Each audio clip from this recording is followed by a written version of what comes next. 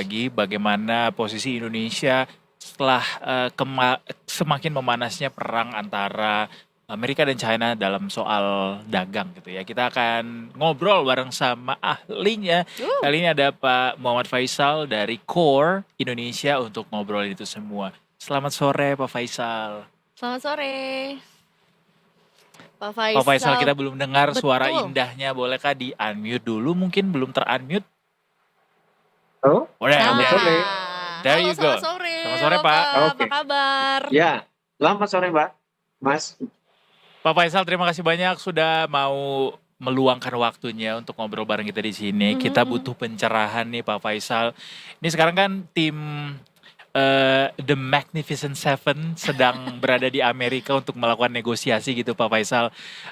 Para wakil pemerintah untuk berdiskusi dengan Amerika bagaimana nih nanti pada akhirnya hubungan dagang kita, bagaimana soal tarif dan segala macam yang saat ini sedang menghimpit. Tapi in a way, di tengah negosiasi tersebut, eh, rasa-rasanya Indonesia juga sedang dalam posisi yang agak dilematis gitu Pak, karena ada tekanan juga dari pihak satunya lagi, yaitu China, terhadap negara-negara yang saat ini mungkin sedang melakukan negosiasi dengan Amerika. Sekarang tuh posisinya kayak apa sih Pak? Kalau bisa dilihat dari kacamata ekonomi dan dianalogikan lebih sederhana gitu Pak ke kita Pak.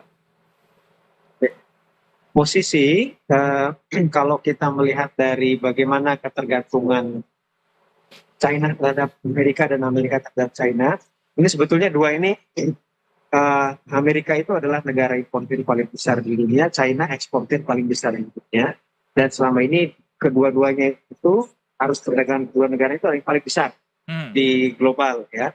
Nah sehingga ketika ada simply sebetulnya ketika kita ikuti perkembangan terakhir tarifnya itu kan tidak sampai 240 sekian persen.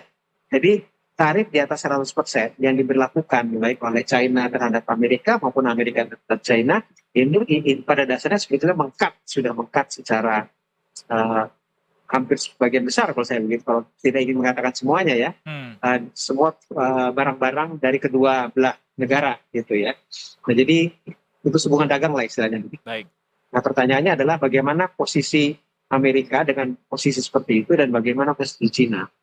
China kalau kita melihat bagaimana ekspansi daripada perdagangan dia, sebetulnya punya opsi yang banyak selain Amerika karena China ini punya mitra dagang besar dengan negara-negara yang lain. Artinya negara-negara lain itu mostly mitra dagang terbesarnya adalah ke China daripada ke Amerika. Jadi ketika sudah cut dengan Amerika, mereka punya jalan lain itu lebih banyak daripada Amerika mencari negara-negara yang lain. Gitu ya. Jadi dalam hal ini Apalagi China punya posisi tawar yang lebih tinggi gitu Pak, maksudnya?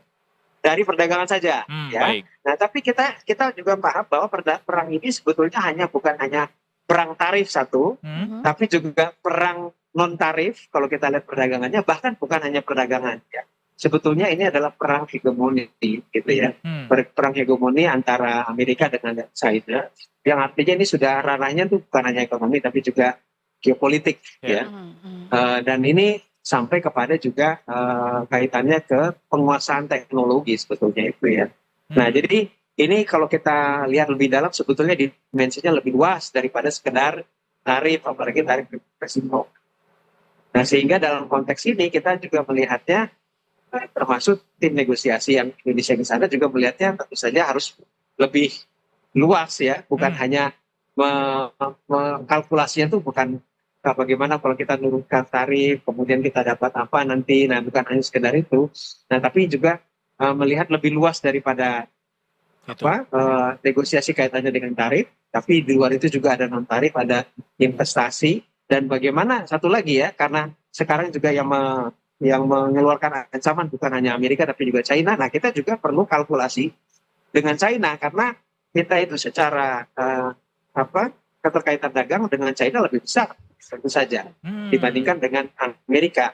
Walaupun kalau ekspornya kita memang sekarang dengan Amerika itu sebetulnya lebih banyak dibandingkan impor kita dengan Amerika. Jadi Amerika itu adalah selama ini sumber surplus perdagangan kita. Nah sementara dengan China kita memang banyak kita impor ya sebetulnya ya. dan mostly kita defisit di situ gitu. Tapi impornya ini pun sekarang dengan Cina bukan hanya dengan barang-barang konsumsi, tapi juga barang-barang produksi, karena banyak industri di tanah air itu membutuhkan bahan baku dan bahan penolong yang lebih efisien dari Cina. Jadi artinya berkaitan bukan hanya untuk aktivitas konsumsi saja, tapi juga aktivitas produksi dan penciptaan lapangan pekerjaan di tanah air. Nah, dalam kondisi seperti itu, nah tentu saja kita harus lebih cermat, lebih cerdas untuk melihat bukan hanya mengantisipasi ancaman daripada Amerika gitu ya, tapi juga bagaimana hubungan kita dengan China. Nah, ini yang menarik harus dimainkan oleh Indonesia, pemerintah pada umumnya, dan khususnya kalau kita melihat tim negosiasi ya, siapa nanti yang akan maju ke Amerika, ini juga harus punya standpoint apa yang kita bisa kasih, apa yang kita tidak bisa kasih, ya hal-hal yang sensitif. Dan kalau kita minta, nah kita udah jelas kita mintanya yang mana gitu. Mhm mhm mhm.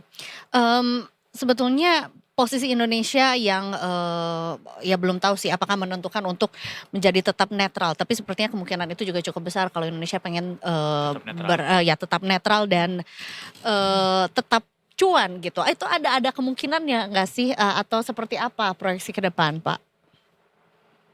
Kalau kemungkinan cuan, ya ini sebetulnya ada beberapa aspek yang selama ini juga dimention atau diharapkan oleh Mhm, Indonesia. mhm, Satu misalnya ketika sekarang perang antara China dengan Amerika itu sudah sedemikian besar magnitudenya dibandingkan dengan periode pertama Trump dulu ya.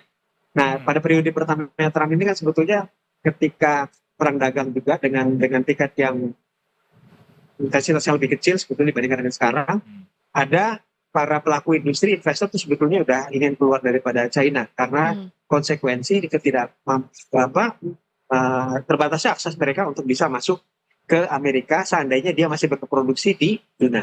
Nah, mhm, apalagi dengan kondisi seperti sekarang. Jadi artinya mestinya dorongan untuk melakukan itu logikanya itu menjadi lebih besar. Jadi artinya bagi Indonesia kalau bisa menangkap potensi peluang relokasi industri ke luar China yang bisa jadi lebih besar pada saat sekarang, nah itu sebetulnya artinya adalah cuan gitu ya. hmm, Nah lalu yang kedua juga dalam kondisi di mana berarti sekarang ini kita perlu juga melihat bagaimana kita bisa ambil cuan misalkan dari trade-nya sendiri ya.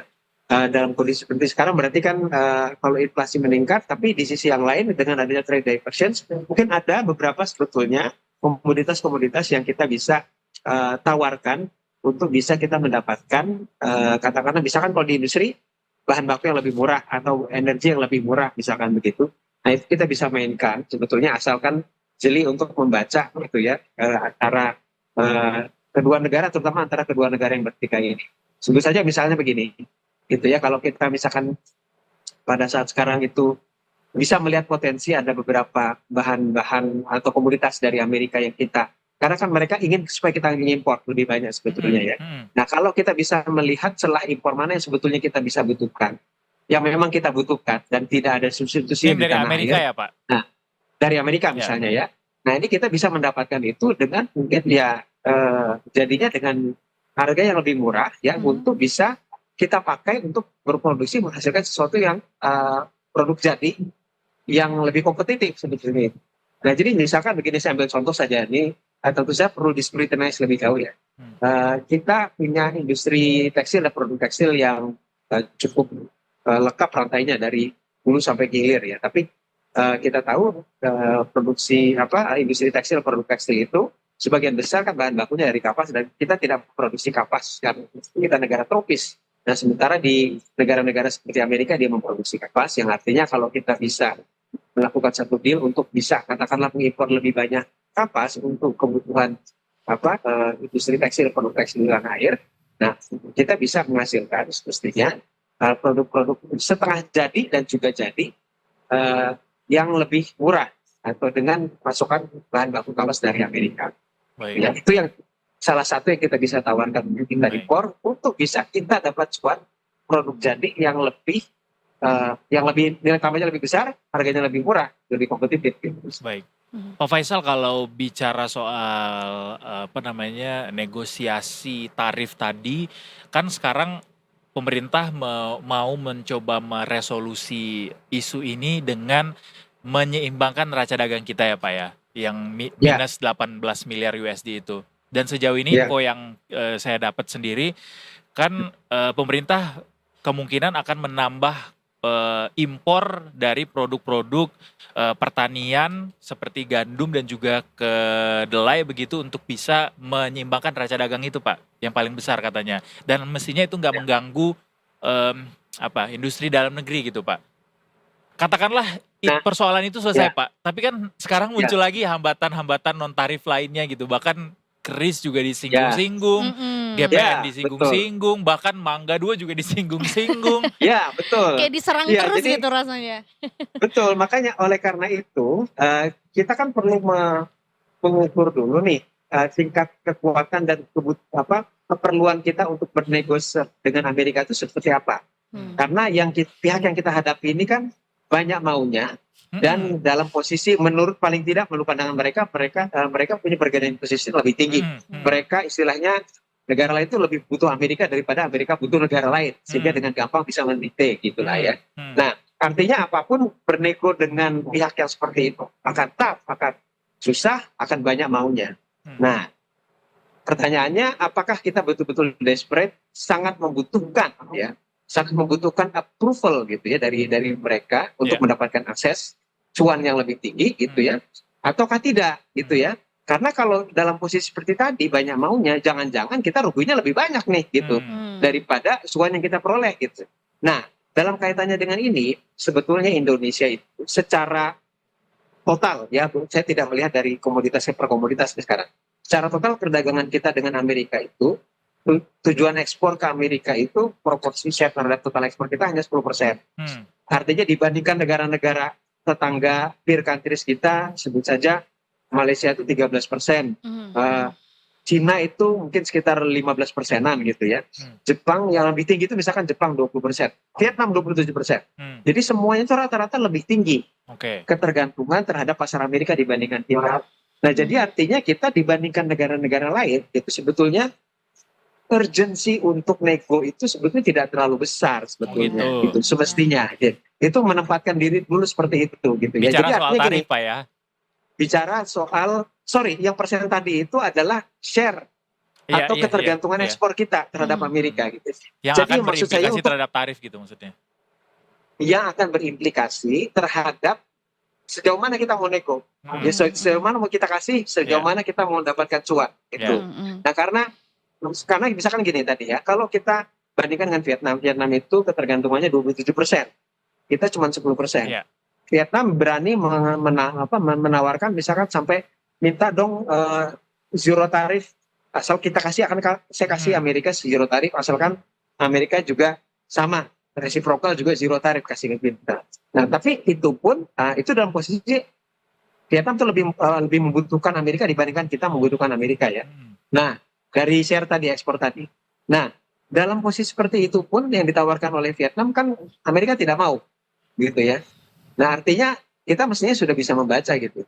Untuk negara seperti Vietnam yang lebih membutuhkan Amerika dengan menawarkan begitu saja, Nggak Hmm. mau. ditolak. Nah, Mhm. jadi artinya perlu ada skenario, ya kalau kemudian dalam setiap yang ditawarkan oleh Indonesia, Amerika mengatakan it's still not enough, ya. Nah, kita jangan sampai kemudian mengasih fasilitas terlalu banyak yang Hmm, berakibat kita akhirnya terlalu banyak rugi. hmm. Kita at some point harus bilang tidak, oh this is it. Artinya kita Jadi ini harus sudah punya sampai stance gitu Pak ya. kelewatan Hmm, stance ya, iya. bahwa ini kita sudah terlalu berlebihan, mana yang kita masih bisa tolerir gitu ya. Nah, sampai pada poin di mana sudah terlalu banyak yang diminta, yang Mhm. menurut kita ini akan sudah terlalu banyak ruginya nih. Mhm.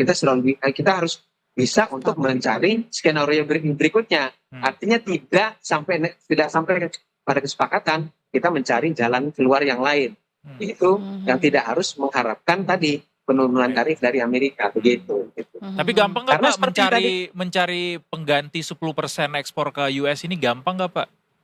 Di ya tengah kondisi tidak sekarang yang pelik ini. tidak ada yang gampang. Ya Hmm, tidak ada yang gampang. Tapi ini maksudnya adalah bukan masalah bukan hanya masalah gampang atau tidak cari yang gratis 10%-nya. hmm, Tapi apakah kita mau membayar lebih, menerima kerugian lebih dibandingkan harapan tadi mendapatkan tarif yang lebih rendah, yang itu juga susah untuk didapatkan Ya, karena ya, ya. mereka sangat-sangat difficult gitu ya dalam memberikan fasilitas itu gitu.